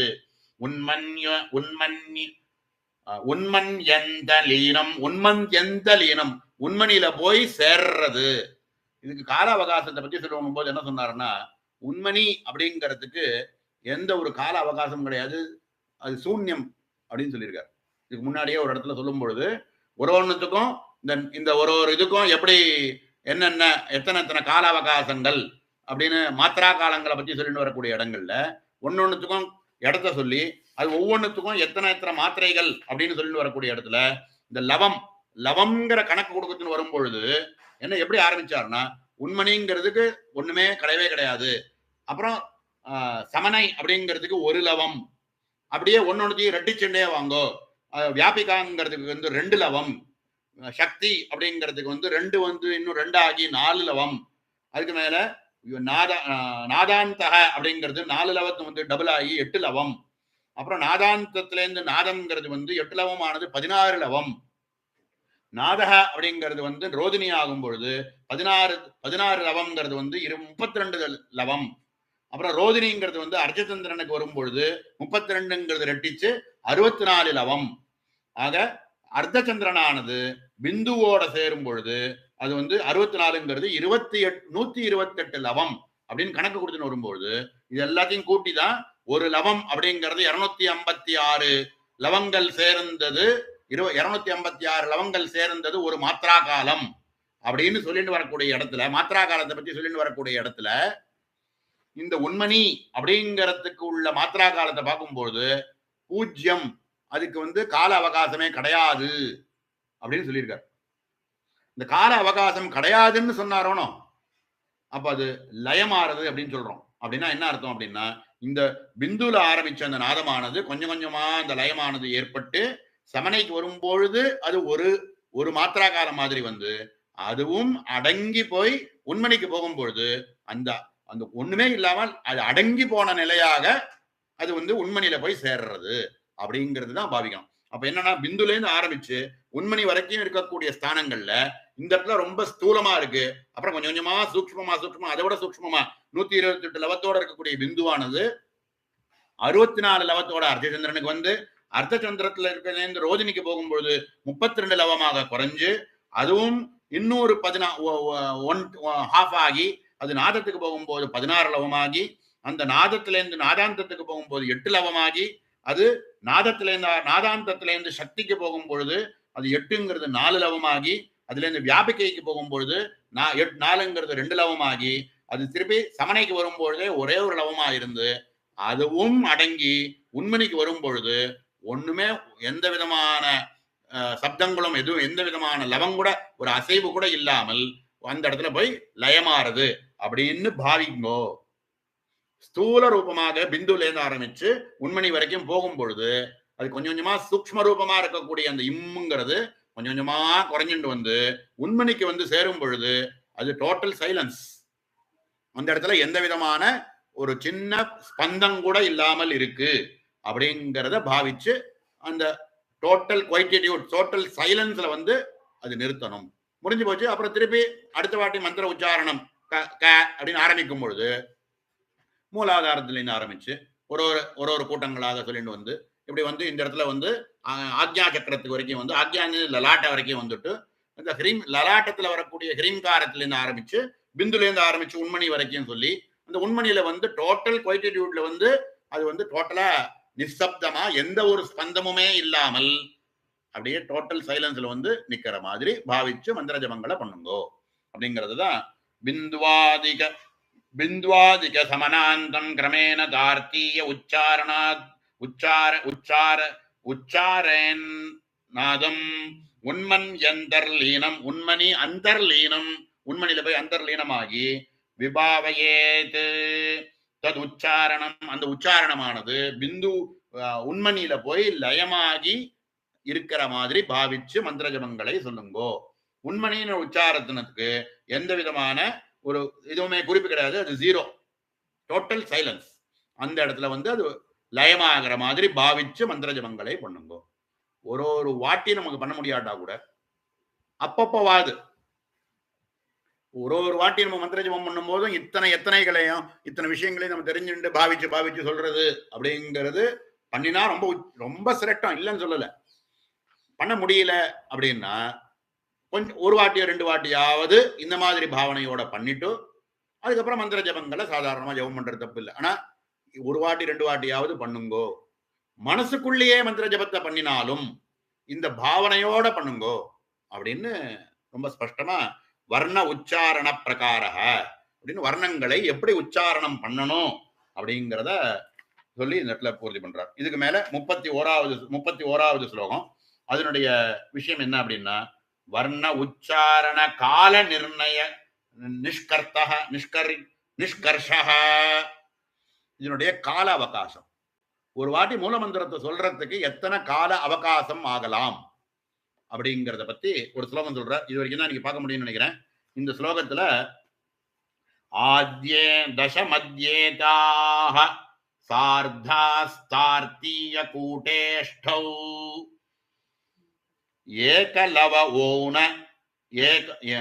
ஏகலவோனா ஊனத்ரிம்ஷன் மாத்ரா மனோர்ஜபே கால மனசுல ஜபம் பண்ணா கூட மனசுலயே ஜபம் பண்ணினா கூட அதனுடைய கால அவகாசங்கள். இந்த இடத்துல இதுக்கு முன்னாடியே 17, 18 ஸ்லோகங்கள்ல சொல்லும் பொழுது 17வது ஸ்லோகத்திலையும் 18வது ஸ்லோகத்தை சொல்லும் பொழுதும் அவர் என்ன சொல்லியிருக்காரு அப்படின்னா, க அப்படின்னு நம்ம ஒரு அக்ஷரத்தை சொல்றோம் அப்படின்னா அதனுடையது 1.5 மாத்திரா காலம். க அப்படிங்கிறது இக்கு பிளஸ் ஆவாச்சு. இக்கும் ஆவும் சேர்ந்து இக்குங்கிறது அரை மாத்திரா காலம், அ அப்படிங்கிறது ஒரு மாத்திரா காலம், க அப்படின்னு சொன்னோம்னா 1.5 மாத்திரா காலம் அப்படின்னு பார்த்தோம். இந்த மாதிரி 17வது ஸ்லோகத்துல பார்த்துன்னு வரும்போது என்ன சொன்னார் அப்படின்னா, முதல் கூட்டத்துக்கு ஏகாதச வாக்கூட்டே சார்தா ஏகாதசோஜிதா மத்தியே அப்படின்னு ஆரம்பிச்சு ஒரு 3 பாதத்துல அவர் சொல்லியிருக்கிற விஷயம் என்னன்னா, முதல் கூட்டத்துக்கு 11 மாத்திரா, ஒரு லவம் குறைந்த 11 மாத்திரா காலம். இரண்டாவது கூட்டத்துக்கு ஒரு லவம் குறைந்த 11.5 மாத்திரா காலம். மூணாவது கூட்டத்துக்கு 8.5 மாத்திரா, ஒரு லவம் குறைந்த 8.5 மாத்திரா, 8.5 மாத்திரா காலம் அப்படின்னு சொல்லி இவை எல்லாத்தையும் கூட்டினாக்க ஒரு மூணு லவம் குறைந்த 31 மாத்திரா காலம் உச்சரிக்க வேண்டும் அப்படின்னு சொல்லியிருக்காரு. ஒரு கூட்டத்துக்கும் தனித்தனியாக பிரதக்காக ஒரு கூட்டத்துக்கும் எத்தனை மாத்திரா காலம்னு ஏற்கனவே கொடுத்திருக்காரு. ஆனா இப்பதான் இதுக்கு முன்னாடி இதுக்கு ஒரு 2 ஸ்லோகத்துக்கு முன்னாடி என்ன சொல்லியிருக்காரு அப்படின்னா, முதல் கூட்டத்தினுடைய பிந்துவானது அது அந்தர்வாகியா போயிடுறது, அடுத்த அச்சரத்தோட சேர்த்து விடணும். 2வது கூட்டத்தினுடைய அனுஸ்வாரத்தை மூணாவது கூட்டத்தினுடைய முதல் அச்சரமா இருக்கக்கூடிய சகாரத்தோட சேர்த்து விடணும். 3வது கூட்டத்தில் இருக்கக்கூடியதை தான் ஸ்பஷ்டமாக சொல்லணும், பாவிக்கணும் அப்படின்னு இப்பதான் சொன்னார். ஆனா இதுக்கு முன்னாடி கொடுத்திருக்கக்கூடிய இடத்துல அவர் என்ன சொல்லியிருக்காருன்னா, மாத்திரா காலத்துல 17, 18 ஸ்லோகங்கள்ல சொல்லியிருக்கக்கூடிய இடத்துல அவர் என்ன சொல்லியிருக்காருன்னா, முதல் கூட்டத்துக்கு 11 ஒரு லவம் குறைந்த 11 மாத்திரா காலம், 2வது கூட்டத்தை உச்சாரணம் பண்றதுக்கு ஒரு லவம் குறைந்த 11.5 மாத்திரா காலம், 3வது கூட்டத்தை உச்சாரணம் பண்ணும் பொழுது ஒரு லவம் குறைந்த 8.5 மாத்திரா காலம்னு முன்னாடி சொல்லியிருக்கார். இப்படியாக மொத்தம் கூட்டினாக்க 3 கூட்டத்தையும் சேர்த்து சொல்றதுக்கு 3 லவம் குறைந்த 31 மாத்திரா காலம்னு சங்கியா கொடுத்திருக்கார். இப்ப ஏற்கனவே இதுக்கு முன்னாடி 2 ஸ்லோகம் முன்னாடி சொன்ன அந்தர்வாகியாக அந்த பிந்து போறது ஸ்பஷ்டமாக 3வது மட்டும்தான் சொல்லணும் அப்படின்னு சொன்னதுனால அந்த சங்கியை கொஞ்சம் மாத்தி அதுக்கான பிரமாண ஸ்லோகமா இந்த இடத்துல என்ன கொடுக்கிறார் அப்படின்னா, ஆத்யே தச முதல் கூட்டத்தில் 10 மாத்திரா, முதல் கூட்டத்தை சொல்றதுக்கு 10 மாத்திரா காலம் தான் ஆகணும். இப்ப இது முதல்ல சொன்ன 17வது ஸ்லோகத்துல சொன்ன ஸ்லோகத்துக்கு கான்ட்ரடிக்டரியா இருக்கணும். முதல் கூட்டத்தை சொல்றதுக்கு 11.5 மாத்திரா காலம்னு ஏற்கனவே சொல்லி 11 மாத்திரா காலம், ஒரு லவம் குறைந்த 11 மாத்திரா காலம்னு சொல்லியிருக்காரு. ஆனா இப்ப இந்த இடத்துல என்ன சொல்லிருக்காரு, ஆத்யே தச 10 மாத்திரா காலம் ஆகணும்னு சொல்லியிருக்காரு. ஏன் அப்படின்னா அந்த 1.5 மாத்திரா காலமானது ஹ்ரீம்காரத்தில் இருக்கக்கூடிய அனுஸ்வாரம் அந்தர்வாகியா போயிட்டதுனால அதுல 9 மாத்திரா காலமானது அந்த பிந்துல இருந்து ஆரம்பிச்சு அர்த்தச்சந்திரன் வரைக்கும் இருக்கக்கூடிய அது ஹ்ரீம்ல இருக்கக்கூடிய பிந்துக்கு மட்டுமே 1.5 மாத்திரா காலம் சொல்லியிருக்காரு. அப்போ இந்த இடத்துல 11 மாத்திரா காலத்துல ஒரு மாத்திரா காலமானது பிந்துல இருந்து ஆரம்பிச்சு அனுஸ்வாரம் வரைக்கும் இருக்கக்கூடியதாக காமிச்சிருக்கார். அதை இப்ப குறைக்கிறார். குறைச்சு என்ன சொல்றாருன்னா, இது இப்ப முதல் கூட்டத்தை உச்சாரணம் பண்ணும் பொழுது 10 மாத்திரா காலம் ஆறுது. மத்தியே தாஹ சார்தா தார்த்தீய கூட்டே அஷ்டௌ எப்படின்னு 2வது கூட்டத்துக்கு முதல்ல சொன்னதுல 11 ஒரு லவம் குறைந்த 11 மாத்திரா காலம்னு சொல்லியிருந்தார். இப்ப அதுல ஒரு லவத்தை குறைச்சு 10.5 மாத்திரா காலம் சார்தா அதனுடைய பாதி, அதுல ஒரு பாகத்தை குறைச்சுட்டு 2வது கூட்டத்தை முதல் கூட்டத்துக்கானது 10 மாத்திரா காலையும் 2வது கூட்டத்துக்கு 10.5 மாத்திரா காலமும் 10.5 மாத்திரா காலமும் அப்படின்னு குறைச்சுட்டு 3வது கூட்டத்துக்கு 8.5 மாத்திரா காலத்தை மாத்தவே இல்லை.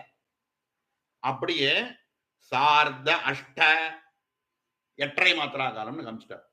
இதுல இருந்து ஸ்பஷ்டமா நமக்கு என்ன தெரிகிறது அப்படின்னா, முதல் கூட்டத்துக்கு இருக்கக்கூடிய பிந்து அனுஸ்வாரத்தை 2வது அக்ஷரத்தோட சேர்த்துறதுனால 10 மாத்திரா காலம் தான் ஆகணும். 2வது கூட்டத்தை சொல்லும் பொழுது 10.5 மாத்திரா காலம் தான் ஆகணும். 3வது கூட்டத்தை சொல்றதுக்கு 8.5 மாத்திரா காலம் ஆகணும். ஆக மொத்தம் மூணுத்தையும் சேர்த்து சொல்லும் பொழுது இப்ப 31 சொல்லியிருந்தாரோனோ 31ல 2 போய் 29 சொல்லிட்டார். அதுக்கு எப்படி கொடுக்கிறாருன்னா ஏகோ ஏகோ ஊனத்ரிம்ஷத் மாத்ரா ஊனத்ரிம்ஷத் ஒன்று குறைந்த 30 29 மாத்திரா காலம் 3 கூட்டத்தையும் சேர்த்து சொல்றதுக்கான கால அவகாசமானது ஏகலவோன ஏகலவ ஊனத்ரிம்ஷன் மாத்திராக அப்படின்னா ஒரு லவம் குறைந்த 29 மாத்திரா காலம் ஒரு வாட்டி பஞ்சதசி மந்திரத்தை உச்சாரணம் பண்றதுக்கு ஆகலாம். இது மனோர் ஜபே கால, மனசுலயே ஜபம் பண்ணினாலும் இத்தனை மாத்திரா காலம் ஆகணும். மனசுல ஜபம் பண்ணாலும் வாயை விட்டு சொன்னாத்தான் இந்த மாத்திரா கால அவகாசத்தை தான் பத்தி சொல்றோம். வாயை விட்டு சொன்னாத்தான் இல்ல, மனசுக்குள்ள மந்திர ஜபத்தை சொன்னாலும் இத்தனை மாத்திரா காலம் இத்தனை அவகாசம் ஆகணும். அப்படின்னு சொல்றதுக்கு ஒரு மாத்திரா காலம்னு சொல்றோம். அப்படின்னு சொல்றதுக்கு எத்தனை அவகாசம் ஆறுதோ அத மாதிரி 29 வாட்டி நம்ம சொல்றதுக்கு எத்தனை அவகாசம் ஆகணுமோ அத்தனை அவகாசம் ஆகணும் ஒரு வாட்டி பஞ்சதசி மந்திரத்தை நமக்கு உச்சாரணம் பண்றது. அந்த மாதிரி ஆச்சு அப்படின்னா நம்ம சொல்லக்கூடிய உச்சாரணமானது கரெக்ட் அப்படின்னு நம்மளை டெஸ்ட் பண்ணிக்கிறதுக்கு அவர் கொடுத்திருக்கக்கூடிய சங்கே. இந்த கால நிபந்தனை வாசிக ஜபத்திற்கு அன்றி மானசிக ஜபத்திற்கு இல்லைங்கிற மானசீகமா மந்திரம், அதாவது உச்சாரண காலத்துக்கு, அதாவது இந்த கால அவகாசம் அப்படிங்கிறது இத்தனை மாத்திரா காலம் வாயை விட்டு சொன்னோம்னா நிச்சயமா இப்படிதான் இருக்கும். ஆனா மனசுக்குள்ள சொன்னாலும் வேகமா ஓட்டக்கூடாது. அதுக்கு மந்திரத்து மனசுக்குள்ள சொல்றோங்கிறதுக்கோசரம் வேகமா சொல்லக்கூடாது. இத்தனை மாத்திரா காலம் ஆகணும்னா அதுக்கான அவகாசத்தை கொடுத்து சொல்லும் போது லயமானது ஏற்படும். அதனால அதுக்கான மாத்திரா காலத்தை குறைக்காம மனசுக்குள்ளேயே சொன்னா கூட இத்தனை மாத்திரா காலம் ஆற மாதிரி நம்ம மந்திர ஜபம் பண்றது ரொம்ப சிரேஷ்டம் அப்படிங்கிறது கால உச்சாரணத்தை பத்தி சொல்லியிருக்கார். இதுக்கு மேல உள்ளது வியஷ்டி சமஷ்டி அப்படிங்கிற புதுசா ஒரு டாபிக்கை ஓபன் பண்றார். இதை பத்தின விஷயங்களை அடுத்த அவகாசத்துல பார்க்கலாம். இப்போ 31வது ஸ்லோகத்தினுடைய பாதி வரைக்கும் நம்ம பார்த்திருக்கோம். 31வது ஸ்லோகத்தினுடைய 2வது 31 ஸ்லோகம் வரைக்கும் பார்த்திருக்கோம். அதுக்கு மேல உள்ளதை அடுத்த அவகாசத்துல மேல பார்க்கலாம். ஓம் சகனா உபது சகனோ புனத்தோ சகவீர்யம் கரவாவஹை தேஜஸ்வினாவதீதமஸ்து மா வித்விஷாவஹை. ஓம் சாந்தி சாந்தி சாந்தி. பூர்ணமதః பூர்ணமிதம் பூர்ணாத் பூர்ணமுதச்யதே பூர்ணஸ்ய பூர்ணமாதாய பூர்ணமேவாவசிஷ்யதே. ஓம் சாந்தி சாந்தி சாந்தி.